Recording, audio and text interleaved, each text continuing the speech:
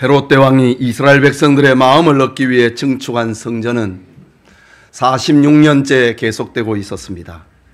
헤롯 성전이라 불리는 예루살렘 성전은 솔로몬 성전과 바벨론 포로 이후에 재건된 스룹바벨 성전보다 더 크고 더 화려하게 건축되고 있었습니다.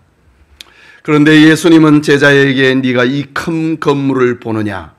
돌 하나도 돌 위에 남지 않고 다 무너뜨려지리라는 충격적인 선언을 하십니다. 거기에다 예수님은 그 건물을 가리켜 성전이라 하지 아니하고 그냥 큰 건물이라고 평가해 버리십니다. 여러분, 46년 동안 지어진 큰 건물이 어떻게 하루아침에 돌 하나도 돌 위에 남지 않고 다 무너뜨려질 수 있었을까? 지금 예루살렘에 남아있는 서쪽 성벽은 통곡의 벽이라고 불리는데 로마의 디도 장군은 자신이 예루살렘을 돌 위에 돌 하나 남기지 않고 다 무너뜨렸다고 하는 그 기념으로 한쪽 벽을 조금 남겨놓은 것입니다. 유대인들은 오늘도 그것에서 예루살렘의 회복을 위하여 눈물을 흘리고 소원의 쪽지를 성벽 바위 틈에 끼워놓고 기도하고 있습니다. 여러분, 예루살렘의 무너짐뿐만 아니라 오늘 우리 사회는 곳곳에서 기초가 무너지는 소리들로 요란합니다. 윤리의 기초가 무너지면서 가정이 깨어지고, 경제가 무너지면서 사회가 혼란하고, 정의가 무너지면서 허무와 무질서가 극에 달합니다. 국방과 외교가 균열됨으로 백성들이 불안해합니다. 사람들은 이럴 때에 하는 말, 말세가 되었다라는 표현으로 시대를 표현하고 있지요. 저는 3주째 종말의 징조와 그 시대상을 살펴보면서 설교하고 있습니다. 오늘은 본문을 통하여서 마지막 때의 징조와 그날의 성도들이 어떤 자세로 살아야 하는지를 살펴봅니다. 종말과 성도, 세 번째 시간으로 하나님의 말씀을 받습니다. 말씀을 듣는 우리 모두에게 하나님의 은혜가 임하기를 소원합니다. 첫째로 복음의 우주적인 전파입니다. 읽은 본문 10절의 말씀입니다. 또 복음이 먼저 만국에 전파되어야 할 것이니라. 예수님은 지금 이 종말의 날을 예루살렘 멸망과 비교하면서 지금 종말의 날에 대해서 들려주고 있습니다. 이 말씀은 종말이 오기 전에 복음이 온 세상에 전파될 것이라는 말입니다. 본문을 병행해서 기록하고 있는 마태복음 24장 14절에는 이 천국 복음이 모든 민족에게 증언되기 위하여 온 세상에 전파되리니 그제야 끝이 오리라. 복음이 온 세상에 전파되면은 그때 끝날이 올 것이다 라고 말씀하셨습니다.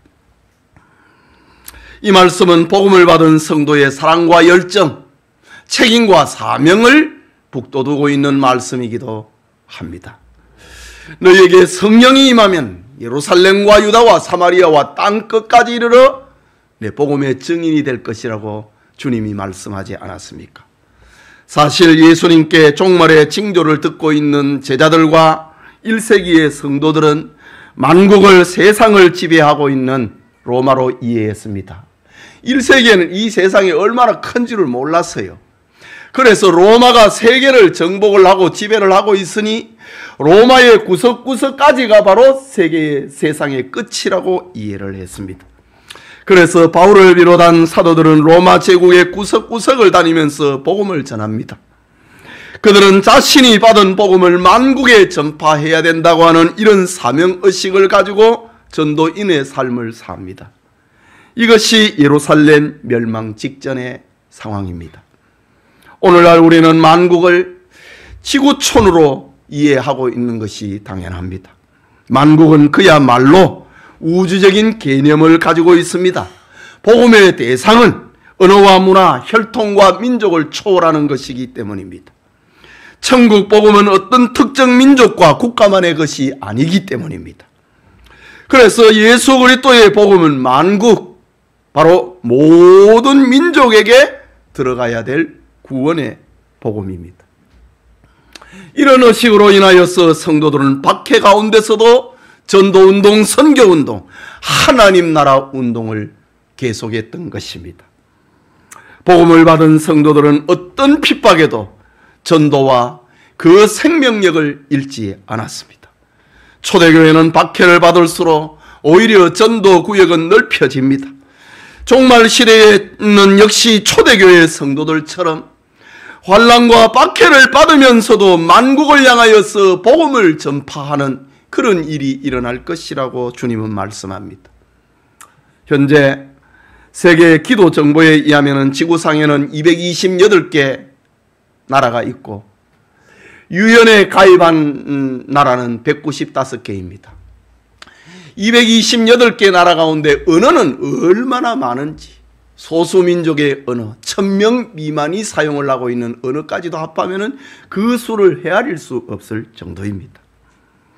그런데 2018년 12월 말 기준, 작년을 기준으로 하고 성경 전체 66권이 번역이 된 언어는 692개의 언어로 번역이 되었습니다. 그리고 성경이 부분적으로 번역이 된 것은 3225개의 언어로 번역이 되었습니다. 세계 75억의 인구 가운데 65억 명 이상이 지금 모국어로 된 성경을 만나고 있습니다. 아직도 번역되어야 될 소수민족의 언어가 남아있긴 하지만은 만국을 향한 복음의 흐름은 이제 마지막을 향하고 있습니다. 또한 선교사를 통한 직접적인 선교 외에 기독교 라디오 방송과 인터넷을 통한 복음 전파는 전 세계 80% 이상이 넘는 사람들에게 이 복음이 전해지고 있습니다. 물론 우리는 예수님의 이 말씀, 복음이 먼저 만국에 전파되어야 할 것이라 이 말씀을 문자적으로 받지는 않습니다. 한 사람 한 사람에게 다 복음이 들려져야 된다고 하는 그런 의미는 아닌 것입니다. 이미 살펴본 것처럼 복음 전도는 세상에 교회가 존재하고 있는 이유고 교회가 존재하는 목적이고 의미이기도 한 것입니다. 그렇다면 종말 시대를 살아가고 있는 성도에게 만국의 복음이 전파되는 이것은 마지막 시대의 사건임을 알려주고 있는 사인입니다. 하나님은 전도를 통하여서 택한 백성, 택한 자기 백성을 구원하시기 때문입니다. 지금도 우리가 알지 못하는 사이에 복음은 소리 없이 세계를 향하여 확장되고 있습니다. 중국, 러시아, 인도, 아프리카 그리고 중동, 동남아의 소수민족에 이르기까지 복음은 스며들어가고 있는 것입니다. 복음 전도를 이렇게 만국에 전파된다고 하는 의미를 개괄적으로 영적으로 보지를 않고 문자적으로 보더라도 지금은 온 세상에 복음이 전파되고 있습니다. 이것은 우리가 지금 종말의 끝자락에 살고 있다고 하는 그것을 알려주고 있는 표적입니다. 그게 둘째로 이 종말의 시대는 성도들의 인내를 요구하고 있습니다. 본문 11절의 말씀입니다. 사람들이 너희를 끌어다가 넘겨줄 때에 무슨 말을 할까 미리 염려하지 말고 무엇이든지 그때에 너희에게 주시는 그 말을 하라. 말하는 이는 너희가 아니요 성령이시니라 라고 합니다. 여러분, 종말의 징조들 가운데 사람들의 사랑이 식어져서 성도를 끌어다가 관원들과 임금에게 넘깁니다. 이때에 성도들은 무슨 말을 할까 염려하지 말라고 하셨습니다. 보고 들은 진실을 말하면 되는 것이기 때문입니다. 그 진실은 성령께서 그 시간에 너로 하여금 말하게 할 것이라고 예수님은 말씀합니다. 그러나 그때에 믿음을 배반하는 성도들도 있을 것입니다. 그것은 교회 안에서 일어나고 있는 종말의 징조입니다. 초대교회의 상황을 기록을 하고 있는 역사가 타키투스는 당시의 상황을 이렇게 기록합니다. 처음에는 자기가 신자라고 고백하는 사람들이 붙잡혀 왔다. 그리고 나서 그들이 정보를 제공함으로 많은 사람들이 붙잡혀 오게 되었다. 초대교회의 상황을 이렇게 기록합니다. 고난을 이기지 못하고 환난을 이기지 못하고 고문을 이기지 못하고 풀어버립니다. 어느 성도는 어디에 지금 있고, 누구는 어느 토굴에 있고, 누구는 누구 집에 숨어 있고, 형제가 형제를 죽는데 내놔버린다 이거지요. 부모가 자식을, 자식이 부모를 죽는데 내놔버린다는 겁니다. 믿음의 배반입니다. 우리는 이와 비슷한 사건을 요한계시록에 기록된 에베소 교회에서도 찾아볼 수 있습니다. 에베소 교회 성도들은 처음에 뜨거운 사랑, 뜨거운 주님 사랑, 아가페 사랑을 가지고 있었습니다. 그런데 환란이 닥치고 이단이 교회 안에 들어오고 교회 안에 불법이 성하자 성도들은 뜨거운 그 처음 사랑, 순수한 주님의 사랑을 잃어버립니다. 그때 주님은 경고하십니다. 만일 회개하지 아니하면 그 촛대를, 네 촛대를 그 자리에서 옮겨버릴 것이다. 경고의 메시지를 들려주셨습니다. 이처럼 종말에는 환란으로 인하여서 또 거짓 선지자들의 사설, 거짓 악한 거짓말로 인하여서 많은 성도들이 믿음을 배반을 할 것입니다. 신앙 공동체인 교회는 분열이 될 것이라는 말입니다. 형제가 형제를 죽는데 내주니 그 공동체는 분열이 되어버립니다. 이때 성도들은 믿음이 약해지고 식어져서 서로를 죽음에 넘겨주고 서로를 미워하게 되는 겁니다. 저 사람이 날 고발했다 이거죠. 얼마나 미워하겠습니까? 본문 12절에 말씀하기를 형제가 형제를, 아버지가 자식을 죽는 데에 내주며 자식들이 부모를 대적하여 죽게 하리라. 이 교회 안에서 일어나는 분열입니다. 이런 현상을 가리켜 주님은 인자가 올 때에 세상에서 믿음을 보겠느냐 라고 말씀하십니다. 여러분, 오늘날 기독교가 박해받는 국가에서 뿐만이 아니라 우리가 살고 있는 이 땅에서 얼마나 많은 사람들이 지금 믿음을 배반하고 있습니까? 거짓 선생들, 거짓 교사들의 미혹에 빠져서 믿음을 배반하고 있습니까? 많은 사람들이 시험에 빠져서 서로를 미워하는 지경이 되었습니다. 교회는 내부 배교자들에 의해서 비판을 당하고 난도질을 당하고 있습니다. 사실이 아닌 것을 왜곡하고 추측하고 상상하고 정죄하고 있는 실정이 오늘 우리가 사는 시대가 되었습니다. 지금 세상을 보십시오. 교회는 이미 나쁜 모습으로 부각이 되고 있습니다. 신문과 인터넷상에서 얼마나 많은 안티 기독교인들이 활동을 하는지 수를 헤아릴 수 없습니다. 신문에 교회, 목사, 장로라는 말만 나오면 벌떼와 같이 몰려들어서 입에 거품을 부고 악평을 하고 악플을 달고 있습니다. 과연 그들이 교회에 다녀보지 않은 사람이었는가? 그들이 믿음을 경험하지 않았던 사람인가? 아닙니다. 그들 중에 절대 다수는 지난날 교회에서 중직을 감당을 했던 이들입니다. 그들이 믿음을 배반했다 이거지요. 장로, 목사, 권사, 집사의 자녀들이 안티 기독교인으로 활동하고 있는 이들이 얼마나 많은지 모릅니다. 물어보면 우리 아버지 장로라고 합니다. 뿐만 아니라 신문의 사회면에 교회를 비판하는 전문 논설인들도 활동합니다. 그들은 자신의 철학과 이념의 잣대로 정의를 실현하고 도덕성을 추구한다고 하면서 교회를 비난하는 날카로운 글을 씁니다. 그러나 주님의 교회는 새치혈을 가지고 있는 죄인된 인생들에 의해서 좌우되는 것이 아닙니다. 교회는 살아계신 하나님께서 깨닫게 하시고 우리 가운데 역사하시는 성령에 의해서 바르게 인도되는 것이지 세상에 의해서 교회가 고쳐지는 것이 아닙니다.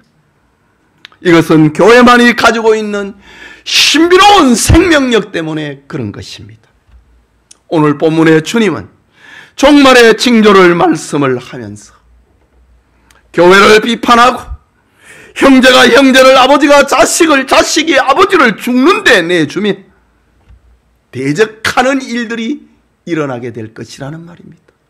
이 모든 표현들은 다 믿음의 배반을 두고 하는 말입니다. 배반한 성도의 모습, 사랑이 식어져 버린 교회의 모습을 이렇게 표현합니다. 이것이 바로 종말의 시대의 징조 가운데 하나입니다. 여러분, 이런 배도의 현상은 주님의 날이 가까울수록 그 깊이와 넓이는 더해져 갈 것입니다. 우리는 주님의 말씀을 깨닫고 믿음을 배반하는 그런 악의 도구로 절대로 사용되지 말아야 하는 것입니다. 그렇다고 우리에게 절망만 있는 것은 아닙니다. 주님과 성도를 향한 사랑이 식어지고 불법이 성하고 배도자가 생기는 것은 주님의 말씀대로 되어가고 있다는 사실, 그리고 이 세상에 소망을 두지 말라고 하신 또 하나의 사인이기 때문입니다. 하나님의 구원 계획은 결코 세상의 죄악으로 인하여서, 죄악된 세상으로 인하여서 방해를 받지 않습니다. 제 아무리 악한 세력이 크고 깊다 할지라도 하나님의 지혜와 능력을 감당할 수는 없기 때문입니다. 그래서 주님은 말씀합니다. 13절에 너희가 내 이름으로 말미암아 모든 사람에게 믿음을 받을 것이라. 끝까지 견디는 자는 구원을 받으리라. 이 종말의 시대에 인내를 필요로 하는 모습이라는 것입니다. 인내의 결과는 여러분 주님의 재림입니다. 그날에 우리가 주님께 받을 자비와 긍휼은 세상의 그 어떤 것과도 비교할 수 없는 영광스러운 것입니다. 그렇기 때문에 우리는 끝까지 견뎌야 됩니다. 하나님의 말씀과 기도로 믿음을 지키고 경건을 지키고 박해를 견뎌내는, 끝까지 견뎌내는 축복이 우리 모두에게 있기를 소원합니다.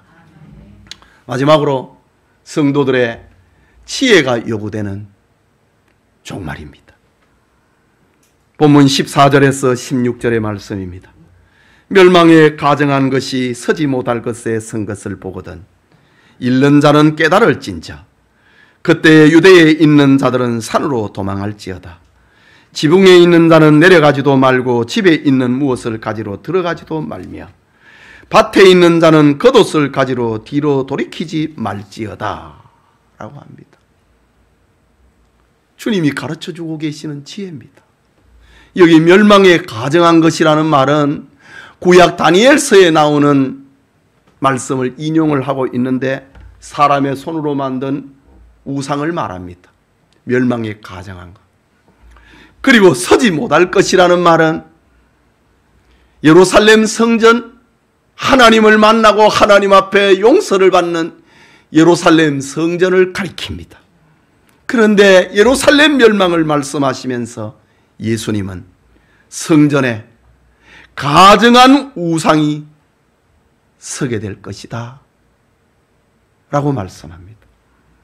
이것을 역사적인 관점에서 보면은 기원전 6세기의 바벨론의 느부갓네살 왕이 예루살렘 성전을 약탈을 하고 불태워버립니다.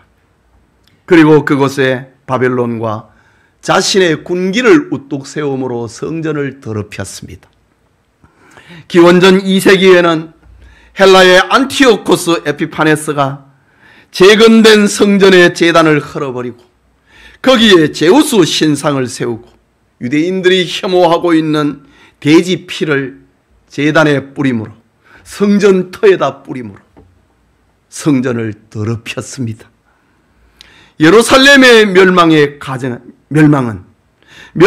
가정한 것이 이렇게 서지 못할 것에 서는 것을 통하여서 확정되고 말았습니다.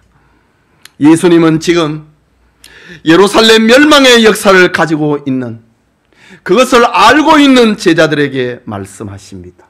다시 예루살렘 성전이 더럽혀지는 날이 올 것이다. 그것이 돌 하나도 돌 위에 남지 않는 그날이 될 것이고, 그것이 또 이 세상 종말의 날이 될 것이다 라고 말씀합니다.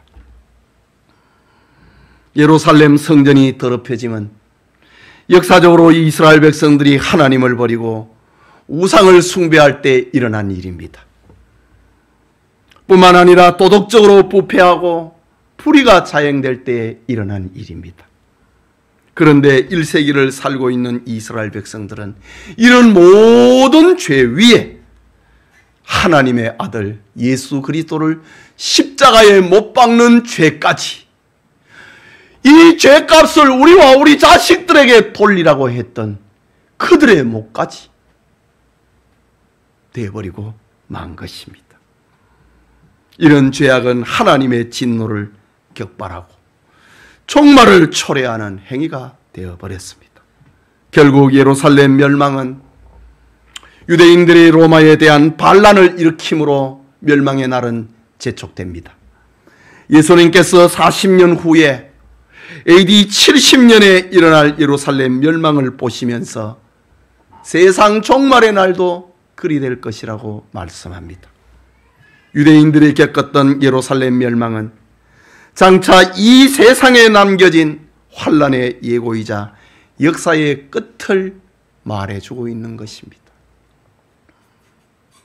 2000년 전에 저 예루살렘 성과 성전이 무너졌는데 지금도 그 성은 다시 세워지지를 못하고 있습니다.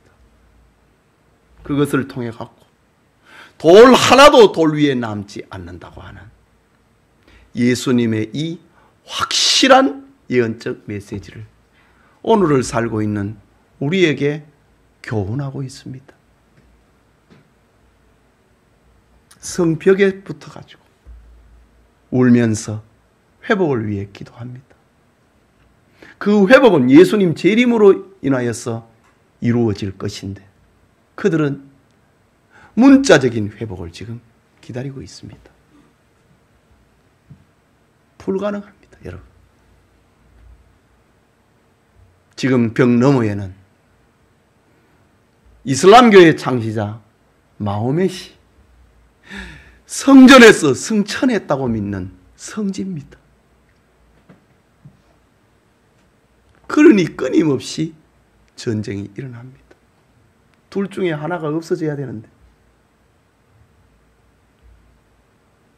그날은 영원한 것입니다.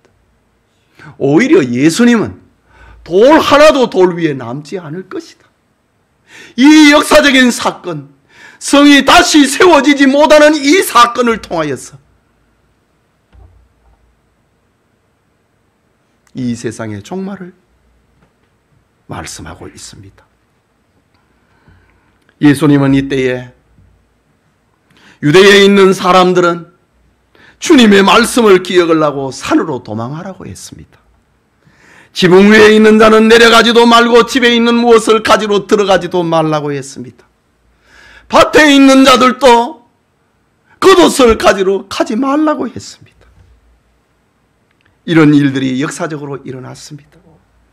로마군의 진격의 사람들은 거짓 선지자들의 미혹이 되어서 여기저기서 예루살렘으로 모여들었습니다. 예루살렘 안에는 하나님의 성전이 있고 이 성전은 무너지지 않을 것이라고 거짓 선지자들이 말했기 때문에 그걸 피난처로 삼았습니다.